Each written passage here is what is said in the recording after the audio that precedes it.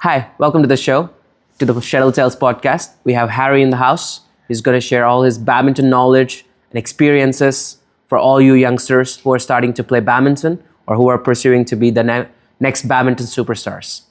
Hi, Harry. How's it going? Good, Satya. How are you? Good, good. So, how was the badminton yesterday? I know we only played like a couple games yesterday. Yeah. Well, I always love coming out on Friday nights because it's a great group of people. Lots of different styles of games, lots of different combinations. I mean, we have so many people coming out. It's my most enjoyable day of the week for sure for badminton. That's perfect. Like when I actually first saw you, this is my like when I first saw you playing at the front of the court. Yeah. Man, I really liked how you just take the control on the front. Like I seen like many other players play the front game, but your game is actually different compared to like many players that I've seen. Because you read the game very well. So I haven't seen many players who anticipate that well in the front. Like I seen there is a point where I try to smash, you're literally in the front and just blocked it off. Yeah, I think that just comes from experience, you know? Yeah, just from over the years of playing. I mean, I always loved playing singles and mixed doubles, but I ended up getting injured, so I ended up moving to doubles. And so for the last, 20 years maybe, I've been just concentrating on doubles, maybe even longer now.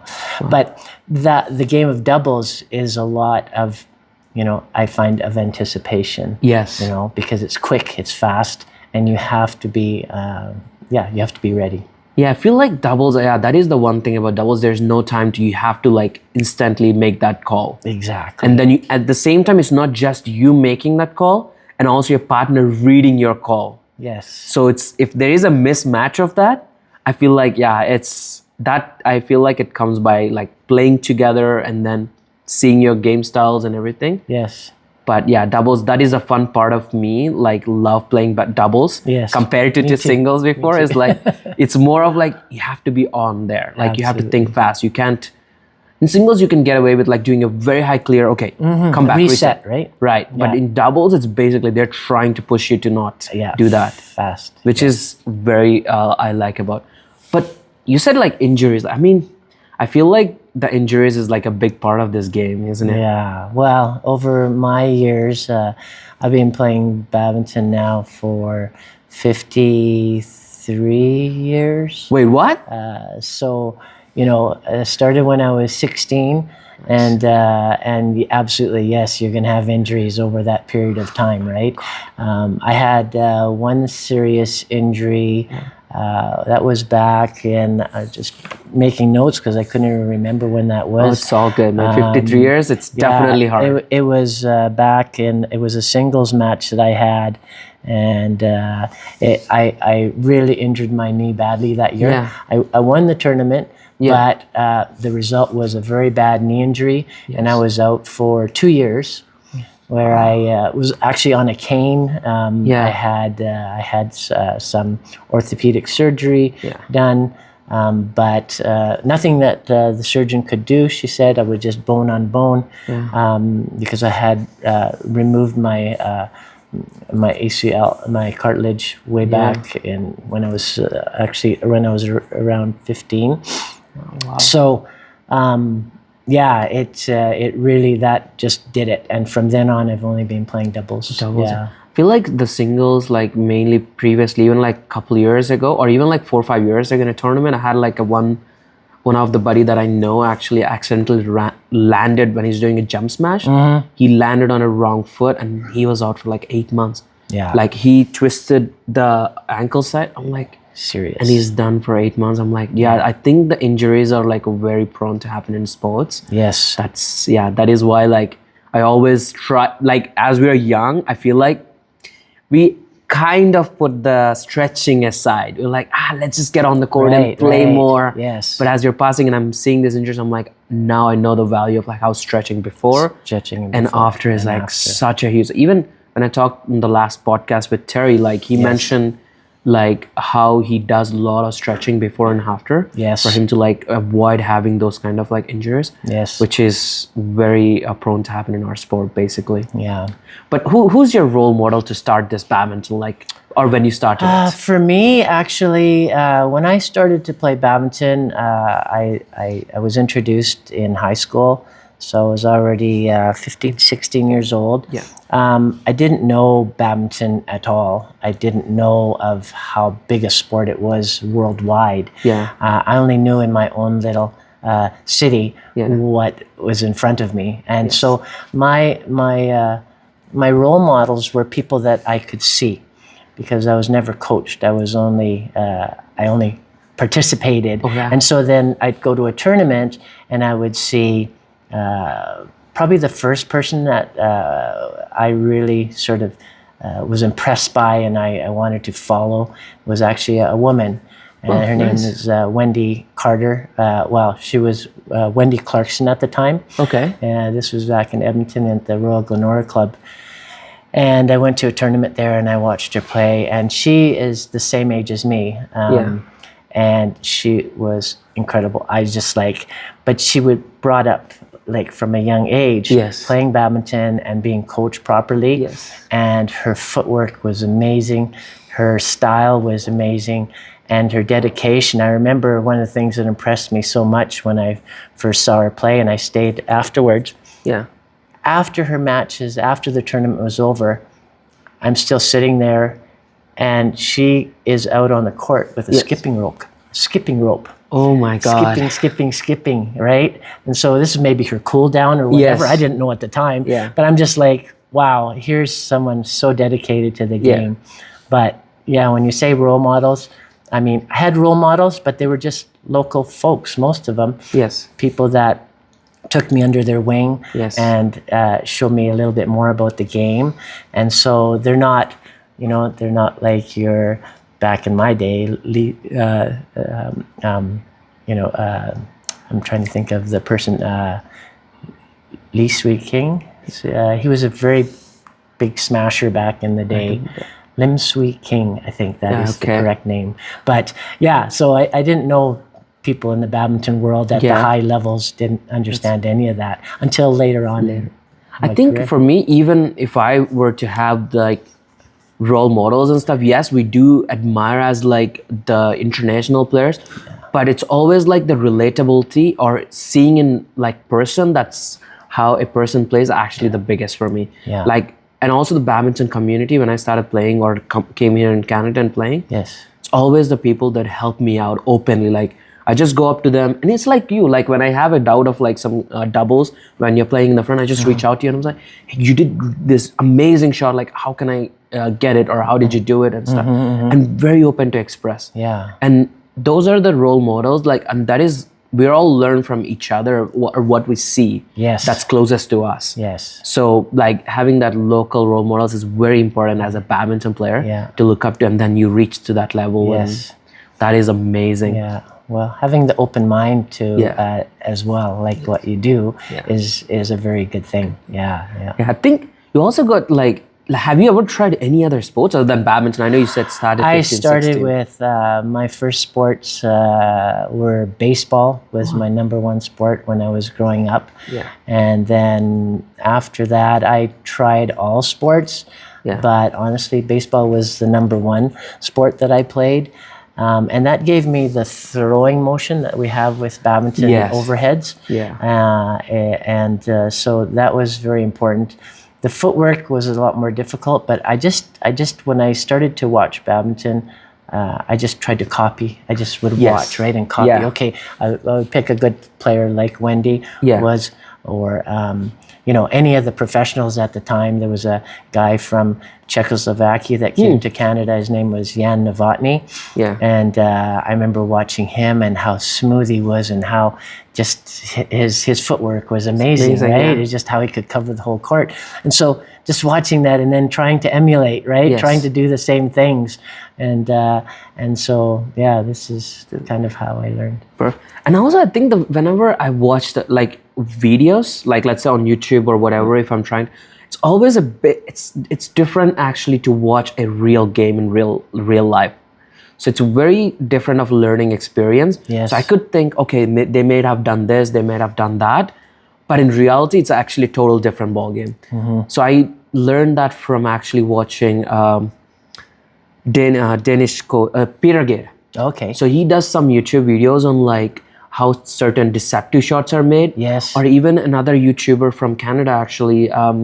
She competes as well. She also went to got coaching from Peter Guerra, and then he showed, and it's completely different. Yeah, Anna Reyes, is that who you're thinking? Or No, someone else. Someone else. Yeah, she's recent right now. She's still competing in the circuits. Okay. Can't remember the name. I probably will look it up for her. But I think she posted some very good content from the European, how the training in Europe versus Asia, because she competed there. Excellent. And then she posted the clips from how they train versus Asian training versus European training.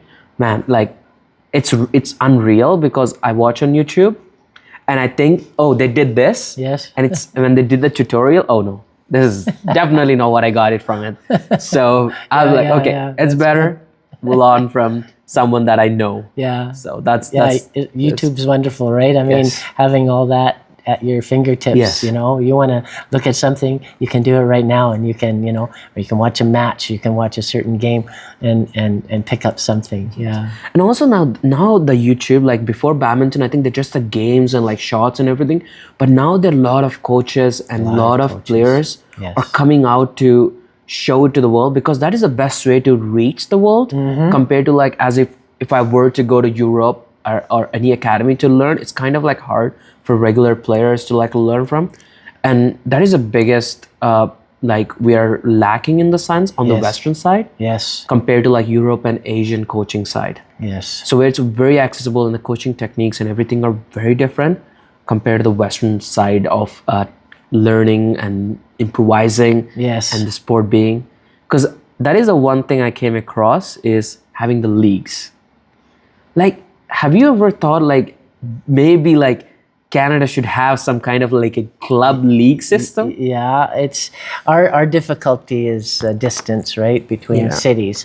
When I grew up in Edmonton, we had an awesome league within the city, and we had 6 or 8 different teams in that league, and we played against each other. And that was very beneficial, because I got to play against because when I was growing up, the club players were the best players, and that were the private clubs. And there weren't all the warehouse clubs that we see today, and all of these Asian players, great players, and now coaches coming to Canada. Before there was only the private clubs, and if you weren't in a private club, you maybe had a school club, but it was just run by, you know, like the first club I played in, the fellow was a postman, and he ran the club, and so we joined the club, and then it's just whoever came, and you know, but honestly, it was pretty much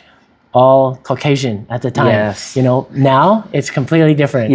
There's so much Asian, and it's really good. How is that when you started playing? You probably the minority there playing as a badminton kid. So how did that significance come from before when you started playing versus now?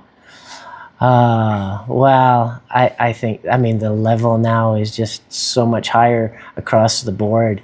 I mean, back when I was learning, you had some very, I mean, beginner players, and just, you know, the panhandle and just kind of this kind of backyard badminton, what we call it here. That's what people knew, right? It's just like, oh, it's a game you play in your backyard. You set up the net and you just hit it back and forth, you know, nicely, right? There was none of this, you know, footwork was nothing. It was just hitting it back and forth. But, you know, today it's so much advanced. It's really great to see. That is, so I know you mentioned before, you played singles, doubles, and mixed. Yes. If you were to pick, let's say there's no injuries or anything, what's your favorite category? Always was singles. I love singles. That was because I always loved singles, because I've no one to blame but myself for the results. I think I totally agree with you on this one, because I can totally relate. Like on the court, I always like, there's a double, I was like, I shouldn't have done that. I shouldn't have done this. I think singles, it's your to blame. Yes, absolutely. It's all upon yourself, and I think it teaches you a lot of things, because to get at a higher level in singles, you really have to train hard yourself. Like, and you can do it yourself. You can run, you can cross train, you can, do weights, you can do all these different things. You can do footwork on and then when you go out and play, it's just all within yourself of how you improve. And you can get better, and for certain, it was definitely what I concentrated on in my younger days was always singles. It was and then that was the other thing that I loved because of singles of being so concentrating on singles was mixed doubles, because when I was growing up, mixed doubles was very much the woman was at the front, stayed at the front. Maybe always cross court to lifts and stuff, but always front, pretty much. Hardly ever at the back. And so then the man was basically playing, 3/4 singles match, against the other side. And I loved that. It matched very well with singles. That's perfect. But I feel like now the mixed doubles has evolved so much from that. So much different now. Absolutely. I feel like even like they're having this different rotations of like women's actually trying to confuse by going back and attacking more. And compared to like very aggressive at the front. It's the women, and I don't know about the past, but much, but definitely now I see the women can defend against anybody. Right. Whereas before, maybe not so much. But it was a different game. So a different style. Now women are back a lot more, defending a lot more, hitting a lot more, but still. It's still a man's power that is required to finish off a lot of times. Maybe not finish off, but at least to set up. And before there was, I don't know, I felt like the game was maybe softer before, but then also scorings have changed since my time, right? So when I was first playing, we had just to 15 and you only scored when you were serving. So, that changes the game a lot. So you can take chances when you're serving, but when you're not serving, you maybe are playing the game a little differently, right? More safe and all that stuff. So, but nowadays it doesn't matter. Now it's like it's a point on point. It's point on point. So everything, it's just counting. It's great, But did you like play? Because I know I did hear the scoring system from 15 to 15. Do you like that scoring system or 21? I did when we were changing. They changed for a little while for the games of 7 or whatever. I never really played that. They're really short games. I think they had 5 games to 7 or something. Yeah, I think they wanted to come up with that. I don't know if they did it. I never played that. I think some people did for a very short period of time. But anyway, it didn't work out. But the game to 15, it was my game for sure, and I didn't like it when we changed to the new 21. And what I hated most was you can lose the match on a bad serve, right? That really was the thing. I said, how can you lose a match on a bad serve? But over time, I really like the 21 game now. Because it's before we could play for an undetermined amount of time because you could not score points for a bunch of rallies, right? And nothing changed. You're still at 5-5 or whatever.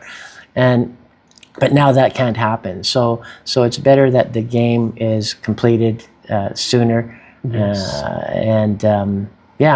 now I really like it. And it puts emphasis on how important the serve is. So that actually is I like that now, So I think before I even watched some of the old games because I was actually looking for a coach of Lee Chong-wei's coach game. I can't remember his name right off the head right now, but he's a very old games. It's like to the 15s. I'm they will last long time. But it's a fun to watch. So I think even the style of the game that they played, at least in my opinion, I thought it's like they're playing a very a safe game. Like they only want to finish it off when it's perfect timing. So not trying to take risk in it off, like going like cross courts. Like now these days, how we do this like cross courts, very long smash, taking the chance of They didn't get it, let's get the point. Yes. If they did get it, now we have to chase after and dive to get that one. Yes. But I think the game has, in my opinion, has evolved like way so much in terms of taking the risk in the game. Yes. I feel like that's the part of the game that I like now. Yeah. Compared to I the 15. agree. I totally agree. Yeah. So first, okay, there's a one advice I want. So what is the one advice you still believe or someone gave to you when you started playing? Yeah. That gave it to you and you still kind of follow it. Yeah. Think of it. I have a few, but probably the number one is to never underestimate your opponent. Yeah. You know, you know, I mean, we play a lot of fun games on the Friday nights and all these different times. You know, that's fine. But when you're in a tournament, you know, I remember once was a lesson learned. Many years ago in a tournament, and I was playing mixed doubles, and I thought we were pretty good, and we're playing this this team, and the lady has got a lot of gray hair like I have now, but back then I was a lot younger, and the guy was, you know, a younger guy, my same age as me, but the woman looked so much older. So I, in my wisdom, I thought, I'll beat the woman, right? Yes. She totally killed me for sure, because I kept trying to play her. Yes. And all she would do is just hit these soft shots, and I couldn't get them. And she was always in the right place at the right time, and she kept hitting these soft shots. My partner couldn't get them. I couldn't get them. So we lost the first game quite easily. I'm just confused. I'm like, why can't we beat this older woman? Like, how can this be? So the next game, started to focus on the guy and started to play the guy. And we didn't win, but we got very close. So, but that was a lesson to me. I was like, do never underestimate. Even, you know, sometimes you run up against a player and they look kind of big and bulky and, you know, all that stuff, and look too heavy to move and all that. Yes. And then you find out, wow, they can move. They can be at the right place at the right time, and they hit hard. So, you know, don't ever underestimate your opponent. Oh, man. I think that is a really good advice to most people. That it is really good one. That should be taken home for that. So, okay, I know you mentioned about your loss on that one. Like, what is your biggest loss that you ever had, and when was it, or like if you remember? Well, I do remember. My biggest loss is actually part of it was the same tournament. My biggest win and my biggest loss in the same tournament. So it was in Kelowna. It was a Canadian Masters Championships.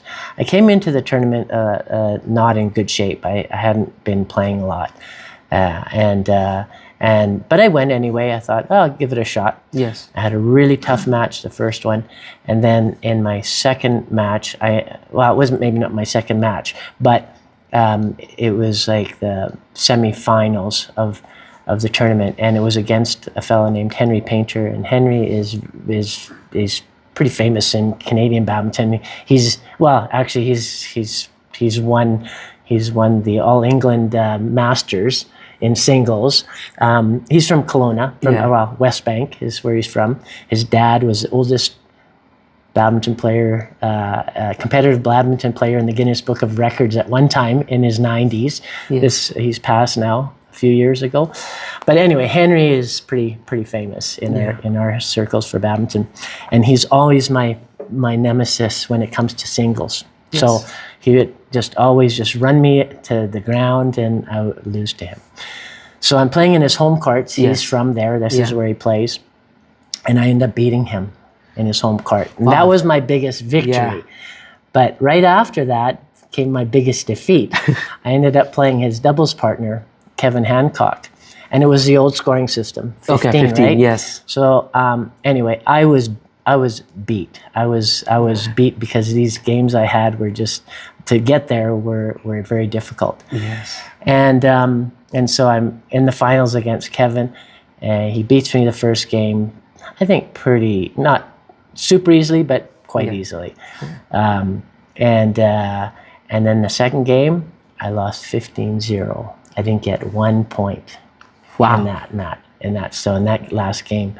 So that was my biggest defeat. Yes. And I remember after the match was over, actually a coach from Edmonton, who's an English fellow, his name is Keith Arthur, came over to me, and his son was quite a good player at the national level as a younger player. He came to me, he said, Harry, he said, the one thing that I see is that you really need to he said, my son had the same problem. He said he would get to the finals and there was nothing left. He couldn't compete. He was just dead by that time. Yes. He said the thing that helped him the most was having massage therapy before and after the matches. And so it's not something I ever thought about. I never, because, you have to pay for that. It's not something, and you have to have it arranged and everything back in the day. But after that, I did that.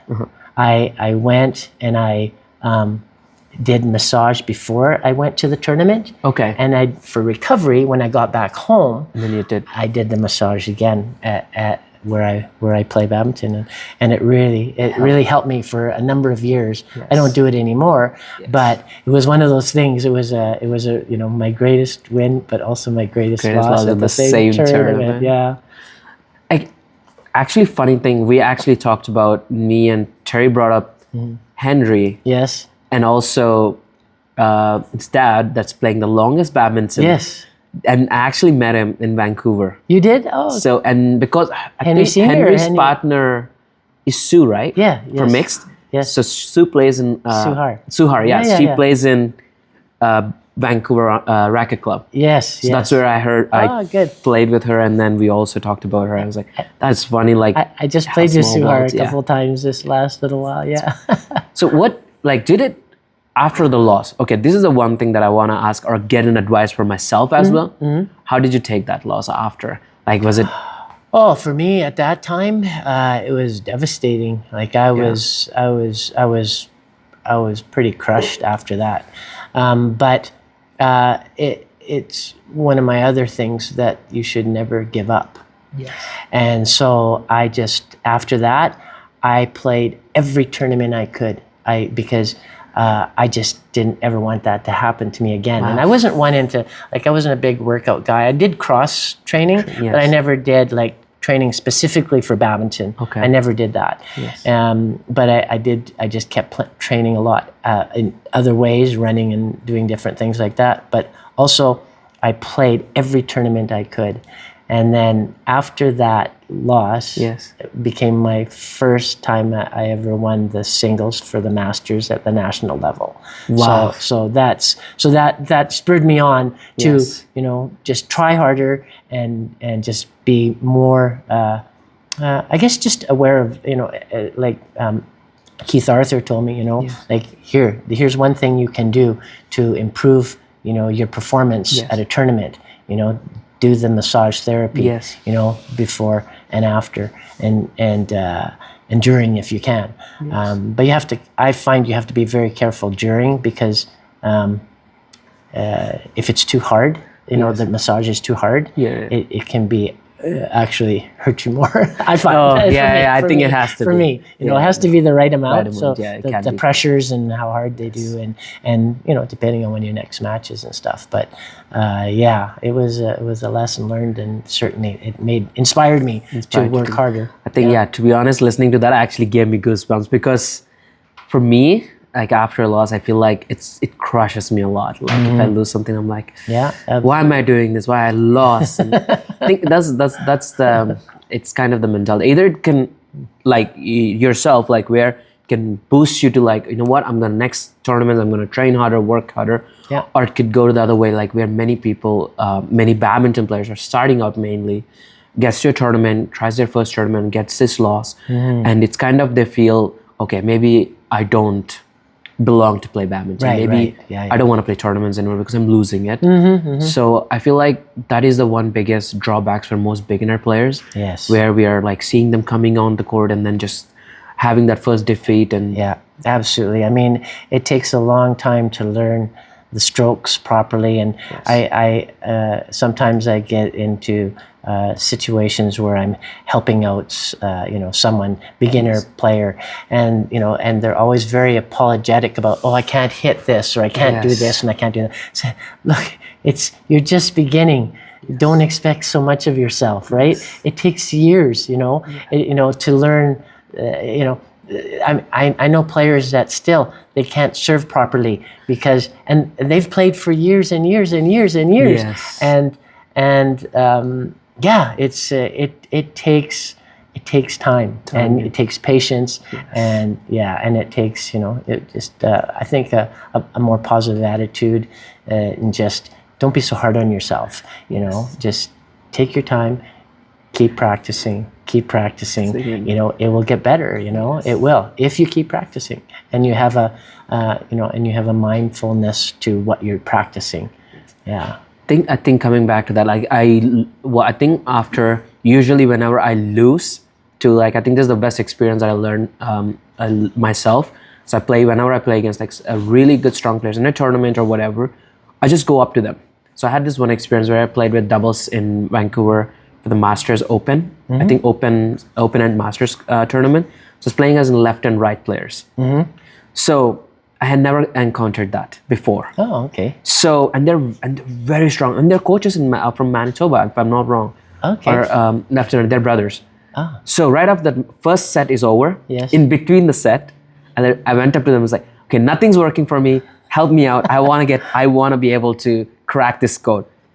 Even it's a tournament, they're very nice, and they're like, so you're trying the shots good, try to play a different, they didn't say exactly what to do, but they just gave me hints on what to do. Actually it worked in that game. I mean, I didn't win, but I had that satisfaction that I was able to learn something through that tournament. Oh, excellent. And I recommend, like, anyone that's starting out badminton or what, playing tournaments actually up your game from your regular games. It's my opinion. Absolutely. Like, you learn so much by actually being there and seeing players play, and you playing and getting that first-hand experience. Absolutely. Is you might be like starting up, and you could actually advance like that just by playing tournaments and practicing.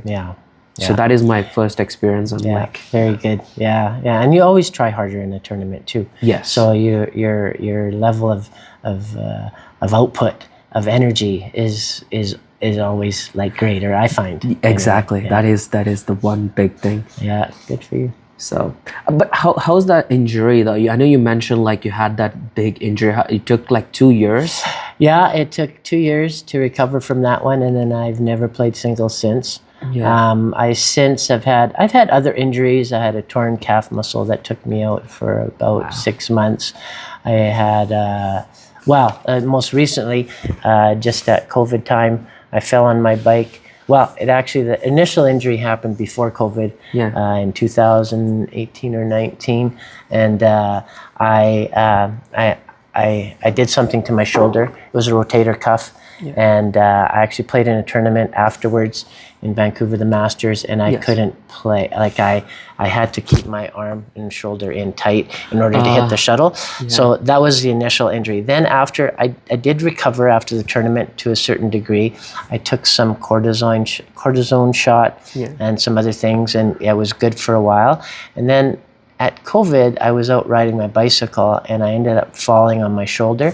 Completely tore off my infraspinatus tendon. And so I could have had surgery at that time through COVID, but I did rehab, and it took a while for me to get to see the surgeon. So I was doing the rehab, and I was improving.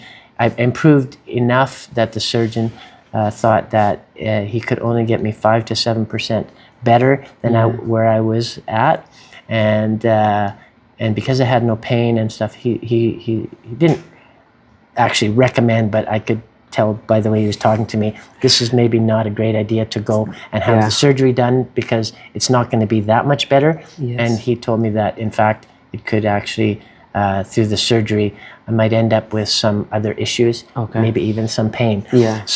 So I didn't do it, and it took me a year to recover from that injury from doing all the rehab stuff.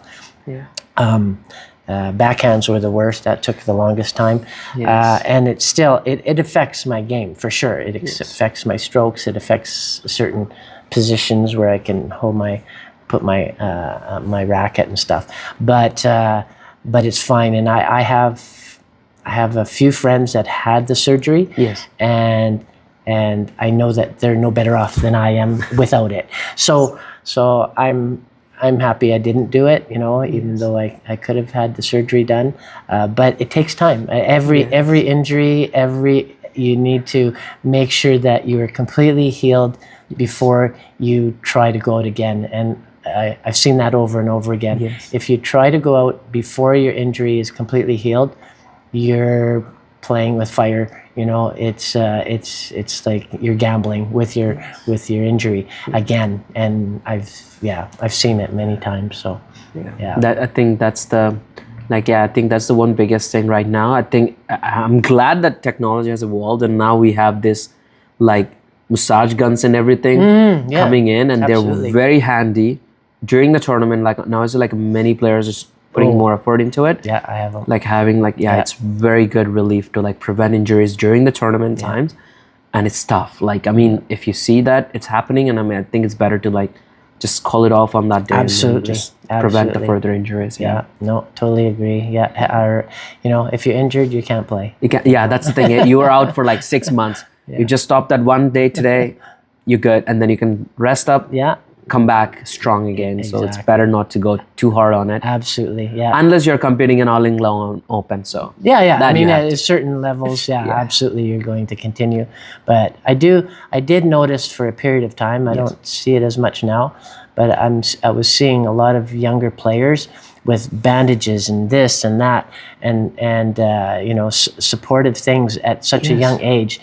I think that's wrong. I think if you need that to play, then you probably shouldn't be playing at this point in time. You should be getting completely healthy because, I still don't play with any bandages or anything on my knees or joints, So, that's my view anyway. I think this is the one big difference that I notice, right?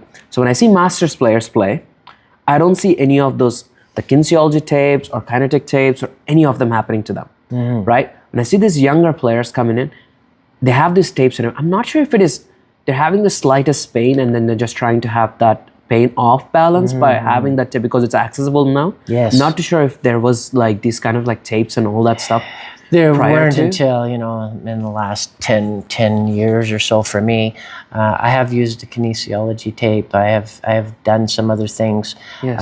But, it's, for me, like you said, if you're in the All Englands, okay, go all out. I mean, that's, you may never get a chance again. Exactly. But in general, if you're just playing, and especially if you're younger, I think you should let yourself recover all the time before you start going out, and because they train hard, they play hard, and if you injure yourself to a point where now you can't ever play again, it's a possibility. So I think you need to really be careful about doing all that stuff. I at one point,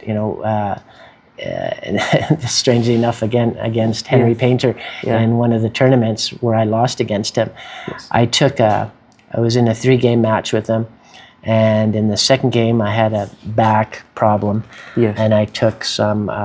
I think it was either Advil or Tylenol. For some reason, I think it was Tylenol to mask the pain that I was having, and I played through the third game. I ended up losing. After that, it took me, I would say, 3 to 6 months to recover from my back injury, because once the pill wore off, medication wore off, I was in trouble. I knew I was, and I couldn't.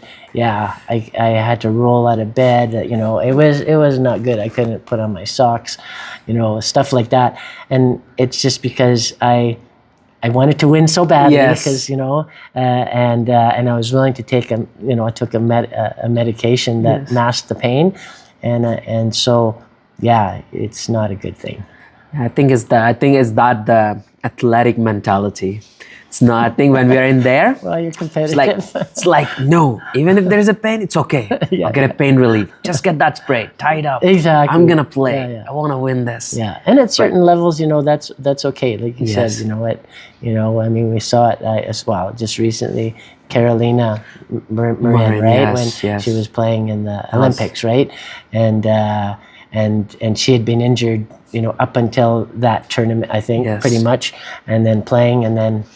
It's unless you're just and they're very careful at their level and what they were doing, and it still affected her. Yeah, I think that is the thing. Like I think even most international players itself, they do care so much, and they still come out with the injuries and stuff. Oh yeah, and I think. Not too sure. I think there are recent concerns on that about like it's because of there's no rest between the tournaments. I didn't understand the number of tournaments these players play. I honestly didn't.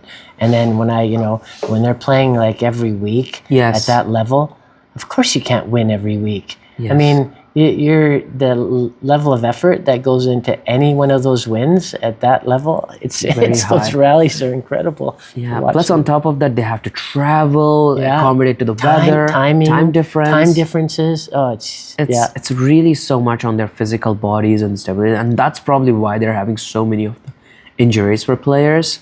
Like even if you're an international, you could be so careful and still could get injuries and be out for certain tournaments, and which is very sad of the badminton side. It is, It's one of the reasons that you don't see much longevity in the players. I don't think as time goes on, if they keep playing this much every week and performing at their highest levels, they can only last a few years. How can you can't. Like other sports, you've got players that are in their 40s and stuff still playing at a high level or whatever, playing in those leagues that are high levels. You can't do that in badminton. No, I think it's the number of tournaments we have and players play and winning, giving everyone best. Yeah, they need definitely the rest and whatnot. I feel like that is the biggest concern for the players right now. At least most of the badmintons bringing it out comparatively. And if you look at like Lee Chong-wei, Linden, these guys, like they have like a very long career. Even like doubles players, like we were talking about the games like Satyawan and the Asan. Man, like that is dream of most players right now competing. That they should survive until like 36, 37. Man. But I feel like the number of tournaments they're playing, I think it's very tough. Yeah, and I think it is easier, like men's doubles versus singles. Singles is just another level of. I don't know. It's a difficult game. That's pretty good. Okay, there's one question I want to ask. If you go back in time, right, what advice would you give your younger self? For me, because of where I came from, I mean, the one thing I wish I could have done is start earlier, for sure, at a younger age. But that's with all sports. If you start young, it's easier. But I wish I had known to seek out a coach. Someone to show me. Because in my day, there was no YouTube, there was none of that, right? So all you had was the people around you. And so if I could have found someone to coach me, as right away, that would have been very helpful. Yeah, for sure. Yeah. So I think, that is the one biggest thing, like having coach, and that is actually very important when you're starting out to play, or even like it's just learning those good habits right from the get-go is a very good thing. I would highly recommend having those kind of like a basic things to start it off with. It's a very good thing to have it on for the badminton side. Yeah. But you know what? That's all we have for today. Okay. That was a pleasure talking to you, Harry. Same. Thank you, Sachin. Thanks for your time. You're welcome. There you go, Smashers. I hope you find something valuable from this video. And if you like this kind of content, go click like and share, and don't forget to subscribe to our channel for more exciting content. See you in the next episode.